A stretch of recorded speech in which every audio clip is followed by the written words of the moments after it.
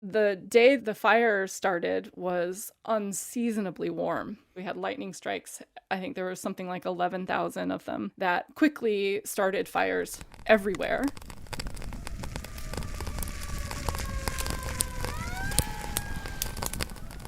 California's old-growth redwood trees were engulfed in flames. Portia Halbert, as chief environmental scientist for Big Basin State Park, saw the devastation firsthand. Hi, I'm Shannon Behrman, and I'm a scientist and storyteller at the Science Communication Lab, a nonprofit committed to sharing the wonder and awe of science. I talked to Portia for a short film we made about the fire at Big Basin. For me, this topic is also deeply personal. I live near Big Basin and have hiked and camped in those beautiful forests many times. Thank you so much for doing this. Very happy to be here. As a little girl, I was really drawn to the idea of being an environmental scientist. My grandparents would take us to national parks every summer, and I just loved it. I thought that at some point I was going to have a job working outside.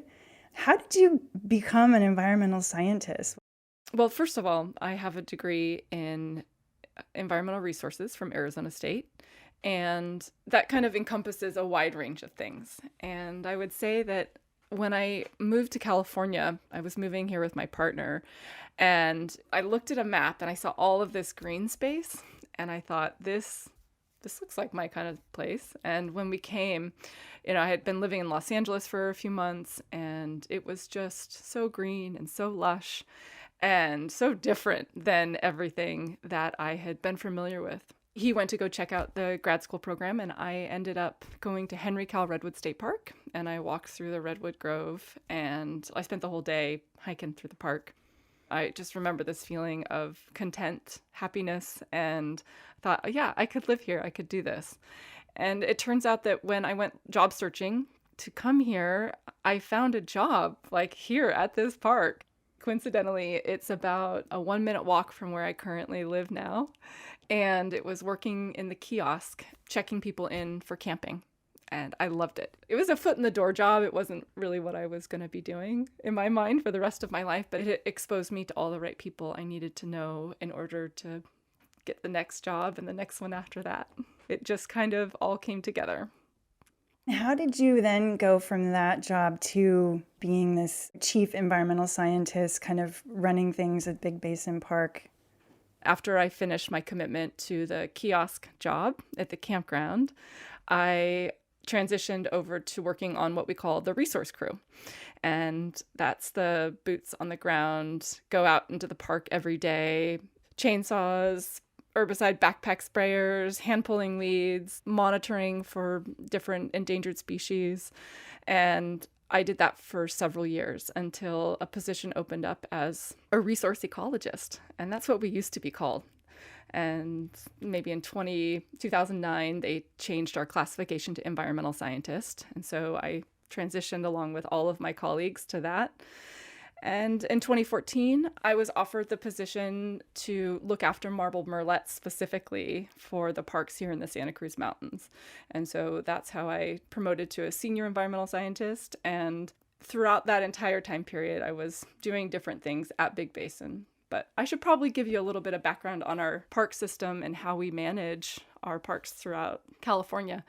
We currently have 18 different districts. Our district is what you can think of as the Santa Cruz Mountains. It goes from Sunset State Beach on the southern end of the county line, right on the middle of Monterey Bay, and it goes all the way up just a little bit north of Half Moon Bay, and inland all the way to the Skyline Ridge and beyond. So we have, I think, 31 park units.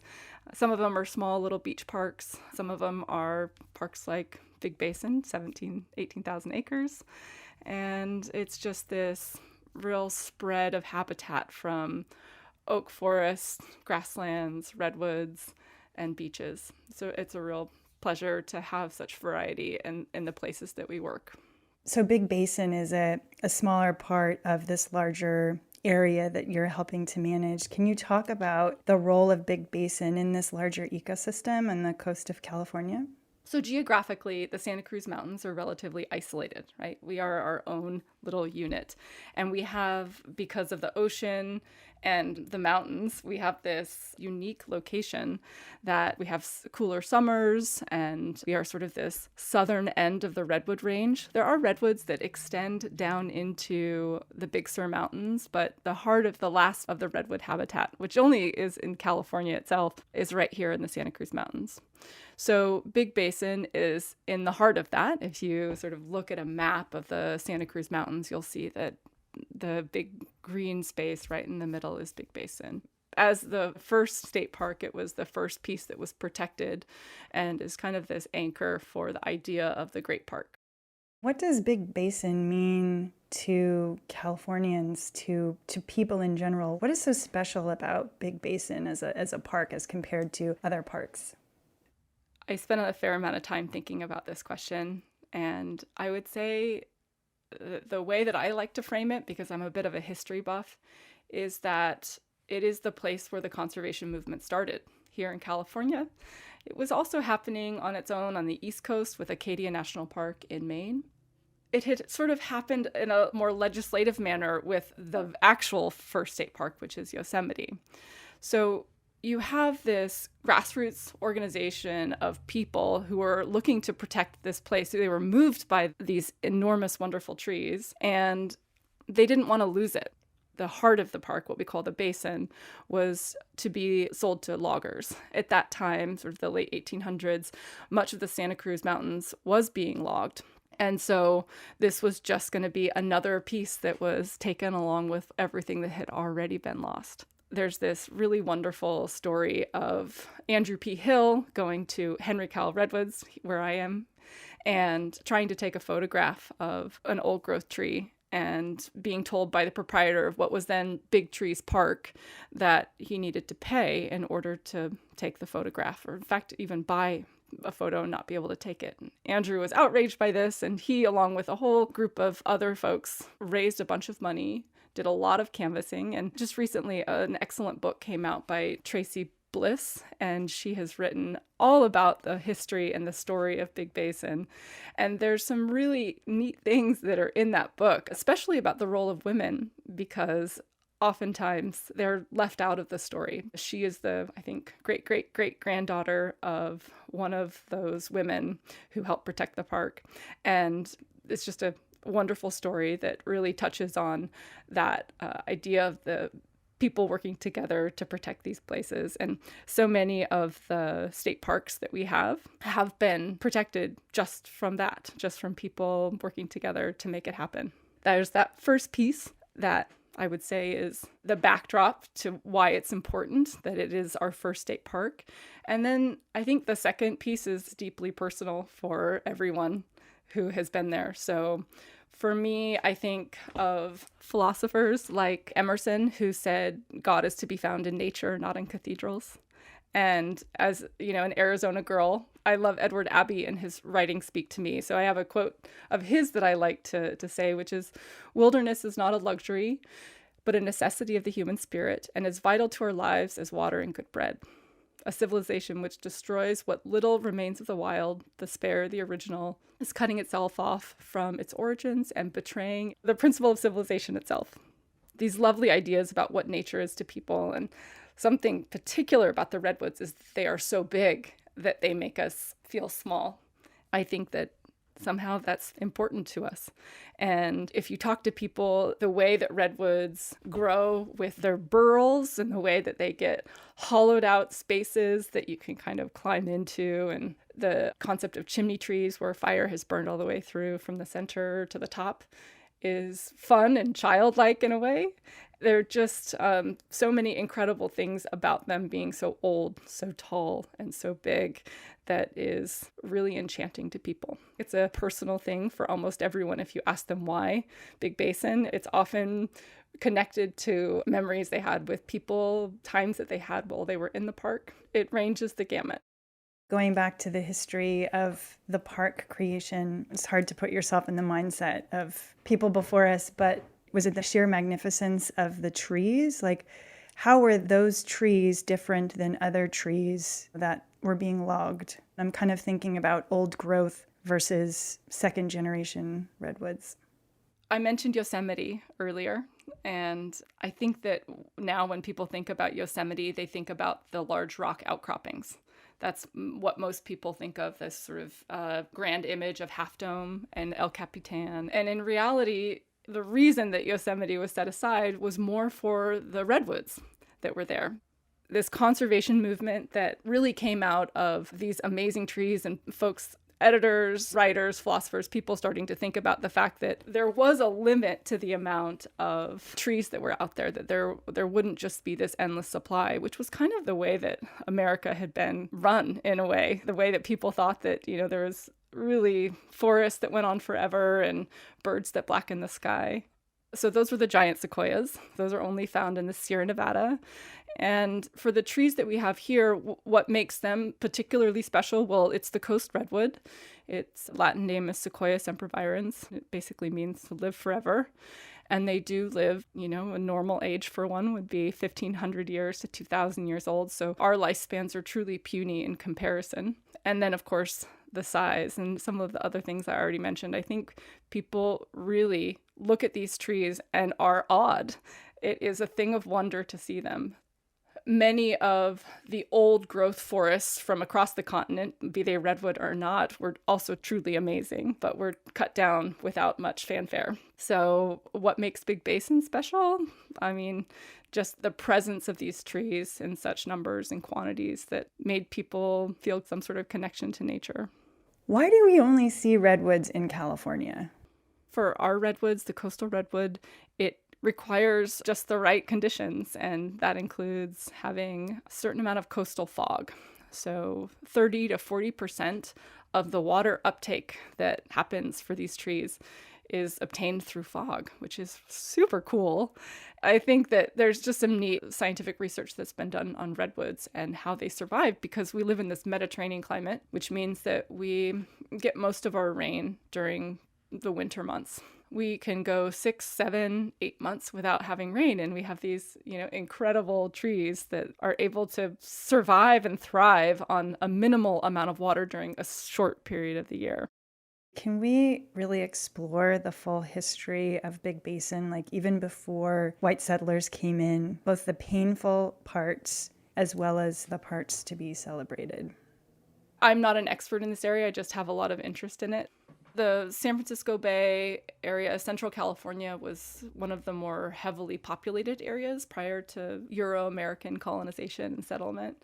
And so there were many, many, many tens of thousands of people that were living here that called this area their home for generations. And there are several different tribes from this area. There's many different names that they go by. We have the Ohlone, the Zayante, the Awaswas, the Muwekma, the Amamutsan, and many, many others that called this area home.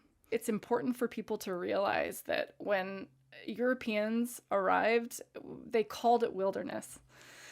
But this landscape was managed on every level by the Native Americans. This was not wilderness to them, this was their home. And I do think that there is a lot to learn in terms of looking back and using their ways to inform the way that we manage. But the reality is that we have so many new, different, additional concerns. So that's going to be a challenge. But I do believe that it's important for people to realize that Native Americans called this place home. They didn't call it a wilderness. With settlement, that first really happened during the mission period.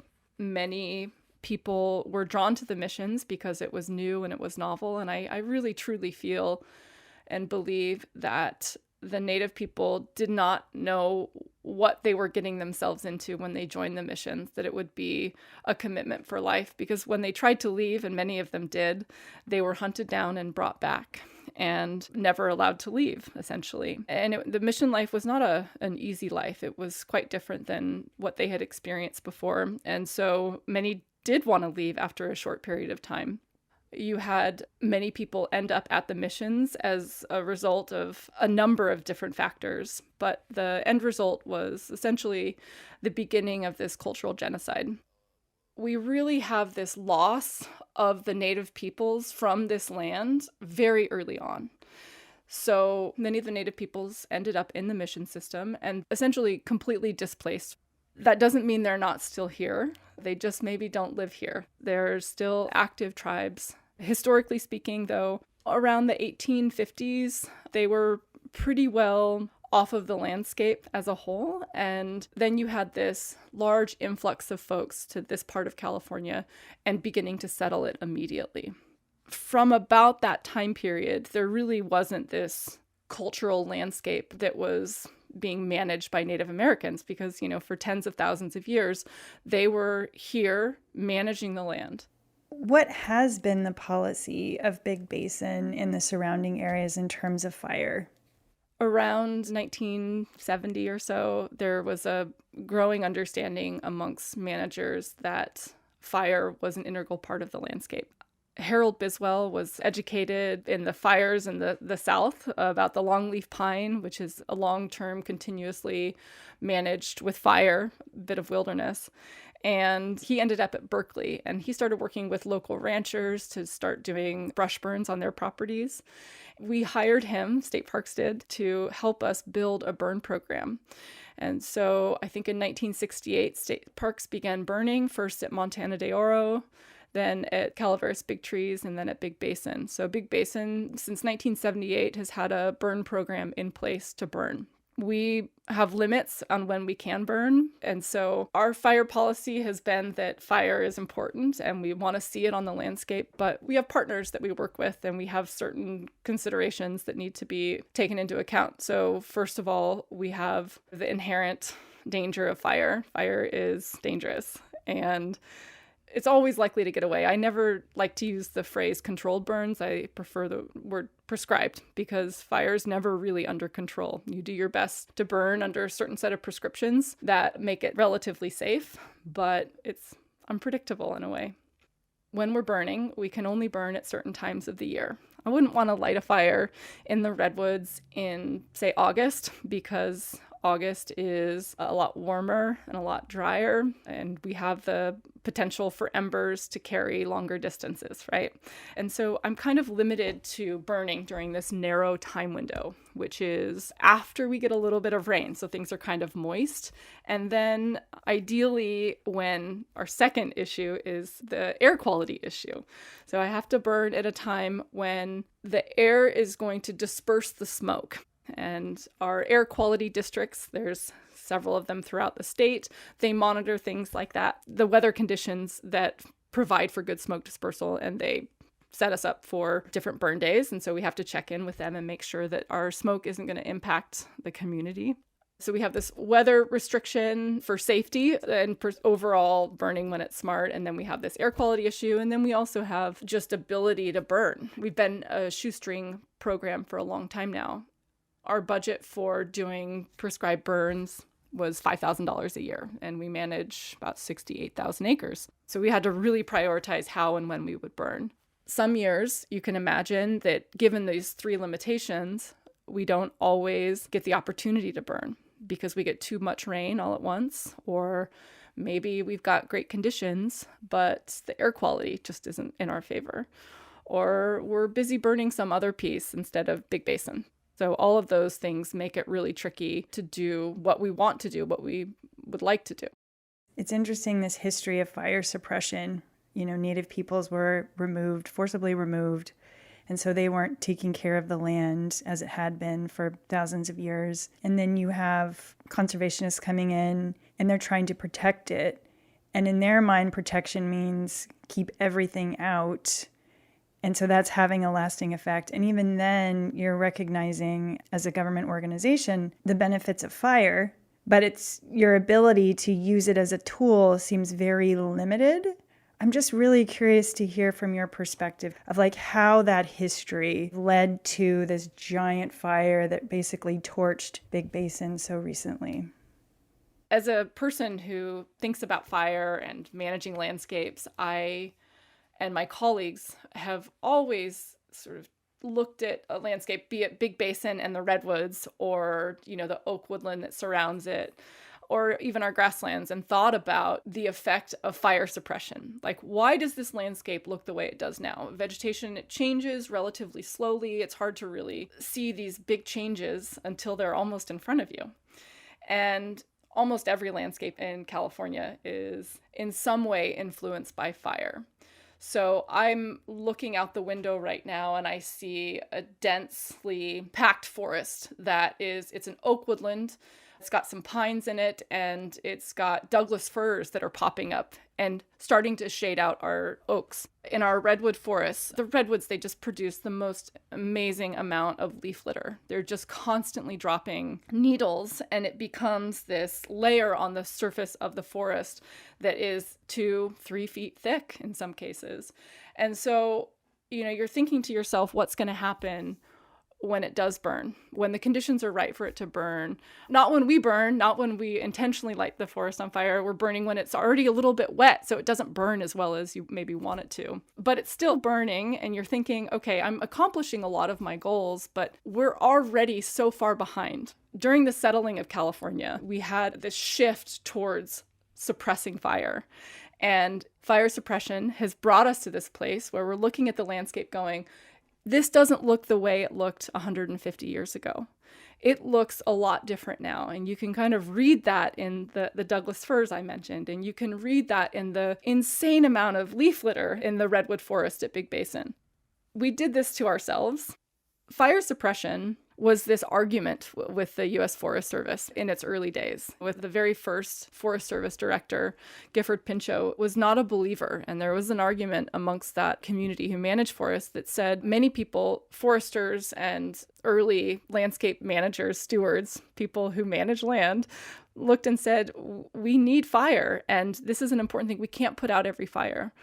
Well, the policy of the U.S. Forest Service went the other way, and almost everything followed suit as a result of that. And fire is scary, and fire is dangerous. And so, in a way, we began 100 plus 150 years-ish of putting out fires on a massive scale. And really that improved or increased once we had the ability of aircraft to help us put out fires out in remote locations.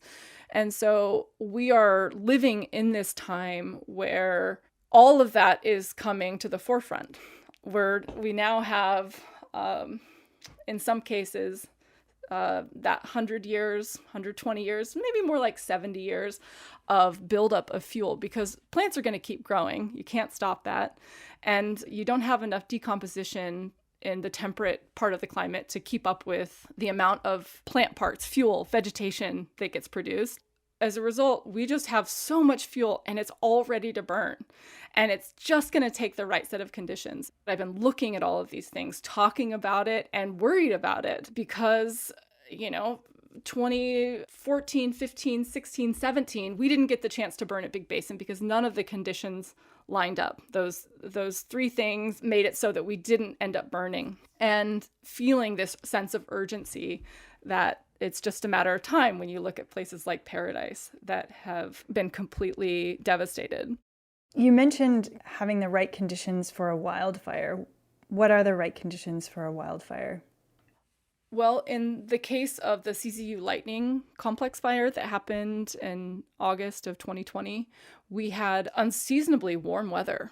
I mentioned earlier that it's this part of California, the coastal Central and Northern California, we have foggy, cool summers. When I go to the beach, I don't wear my swimsuit. I often wear a wool sweater.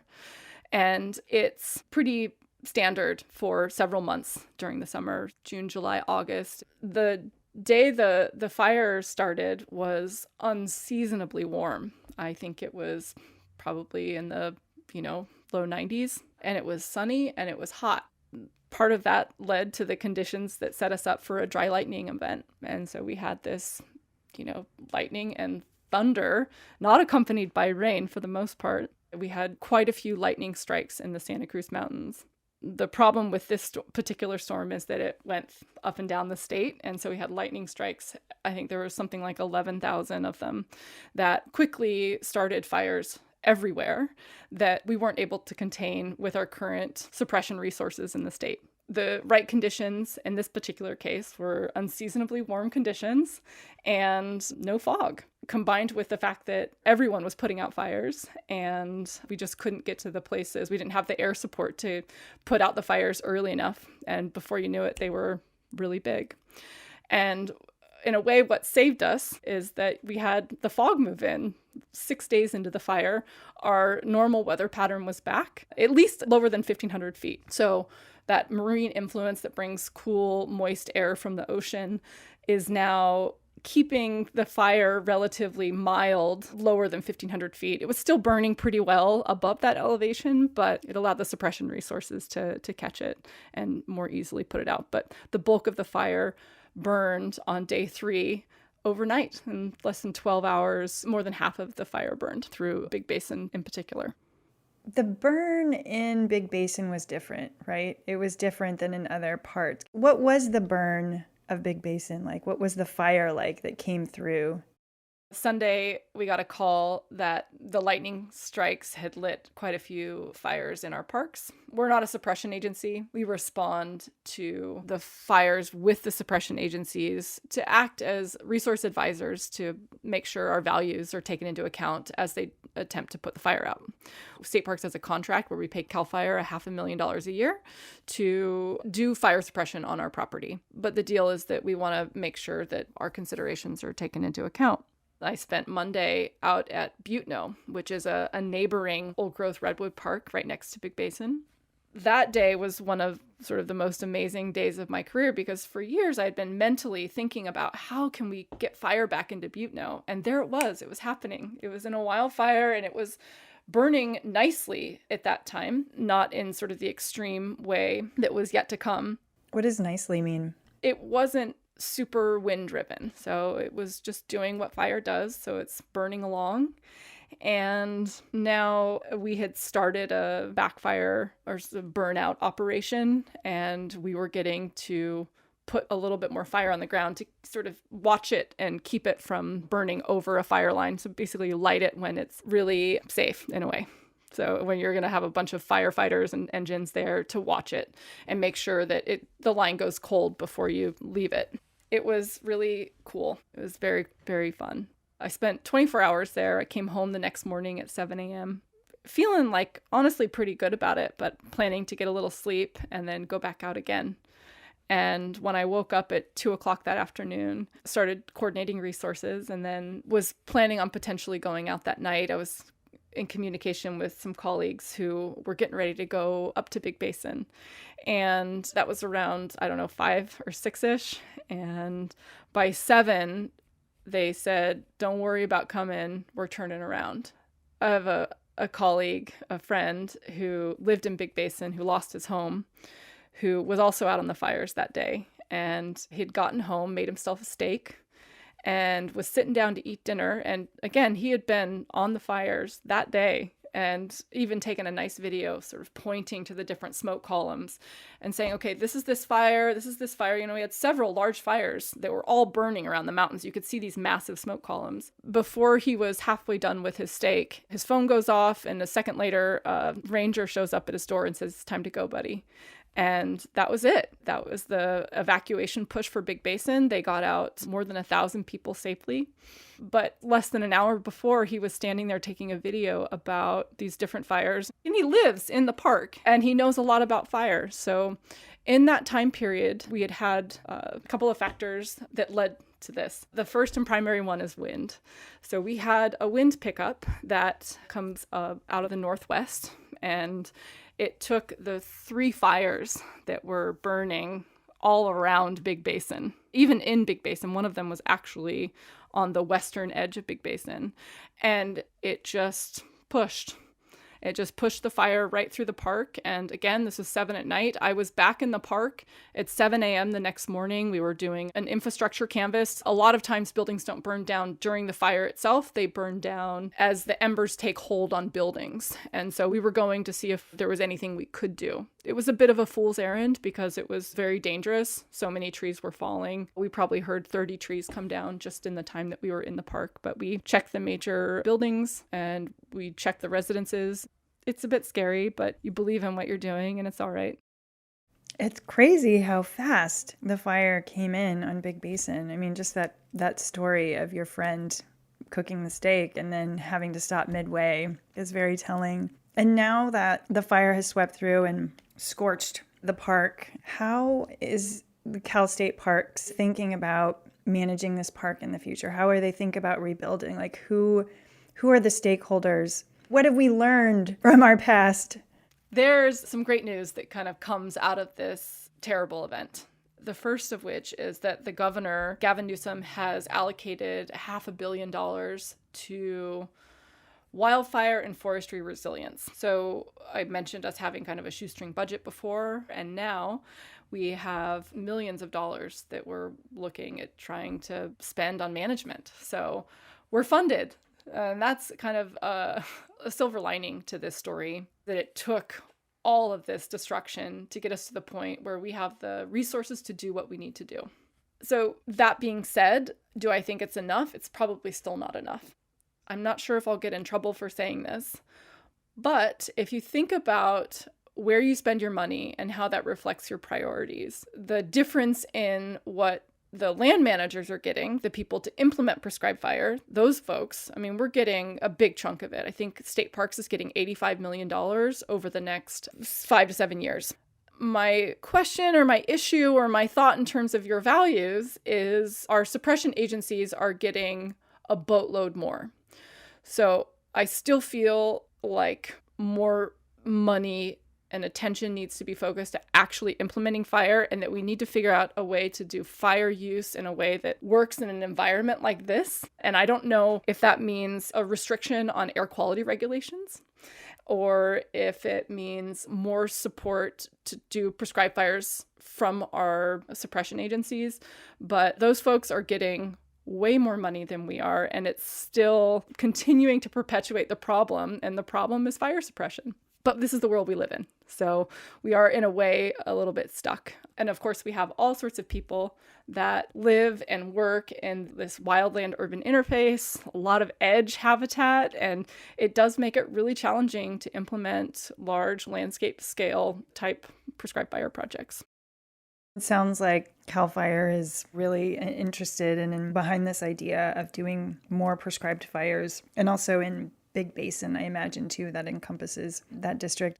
We're sort of at capacity in terms of what we can do, us, handful of environmental scientists that work in the district itself. So we hired an outside consulting firm, a group of foresters who are out there canvassing Big Basin right now and giving us some really good information about what things look like on the ground. They've divided the park and mapped it into 300 plus sub-watersheds that will each be sort of prioritized for different management actions. And we're looking at a really comprehensive prescribed fire program, how to create compartments that work for strategic fuel breaks for wildfire suppression, because we want it to burn, but we don't want it to burn like it just did.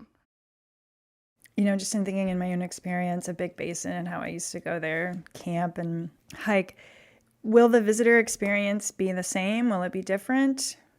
It will be different for a while. I would say that the reimagining process will be developing the next phase of Big Basin. We have this really wonderful opportunity to design the park in a way it maybe should have been designed.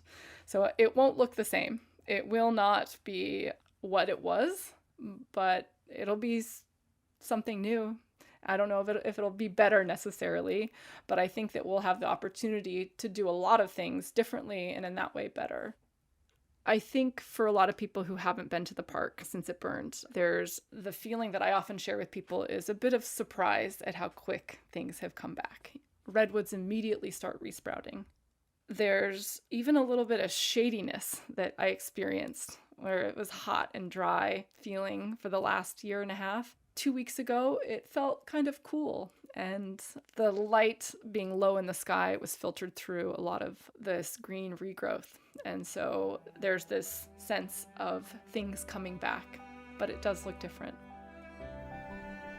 It was a pleasure talking with Portia, and I hope after listening to this discussion, you will check out our documentary that features her, called Fire Among Giants. It is available on YouTube. We were some of the first people to be able to enter Big Basin after the fire, and our cameras captured this special place in ways never seen before. In addition to Portia, you will meet other guides who will give you an up-close and thought-provoking tour through the Redwoods. We also hope you check out our other short films at the Science Communication Lab website at www.sciencecommunicationlab.org. There you will also find other audio interviews of the people we featured in Fire Among Giants. Once again, I'm Shannon Behrman, and I want to thank you for listening. Funding for this production was made possible by a grant from the National Science Foundation.